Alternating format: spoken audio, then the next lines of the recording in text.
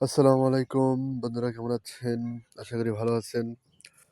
দেখতে পাচ্ছেন আমার খামারে পরিস্থিতি কেমন এবং শীতের কারণে বাচ্চা তুলতে পারতেছি না। বসিগুলা শুকাচ্ছে না।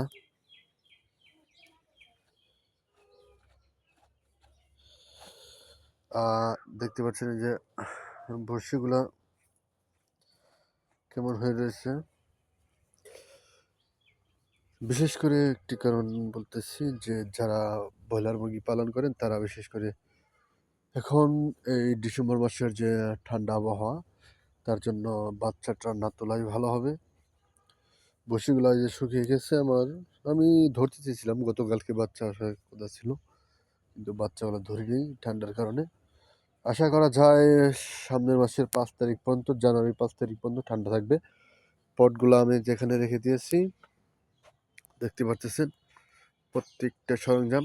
আর বিশেষ করে বাচ্চাকালে এই যে নৌকা যে খাদ্যর পটটা আছে এটা ব্যবহার করবেন।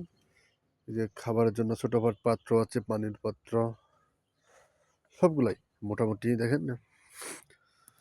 এই যে ঘরটা দিয়েছি আমি কম্বল দিয়ে, যে কাগজ প্লাস কম্বল, অনেক টাকা সাশ্রয় হয়। এখন এই তারিখে আবার নতুন করে এই সেটে জায়গাটা বাড়াবো, 1500 মুরগির সেট করব আশা করতেছি। দেখতে পাচ্ছেন যে বসিগুলো আমি পাড়িয়ে পাড়িয়ে যাচ্ছি।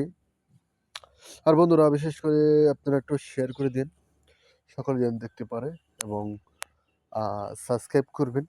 একটু একটু শেয়ার করে দেন।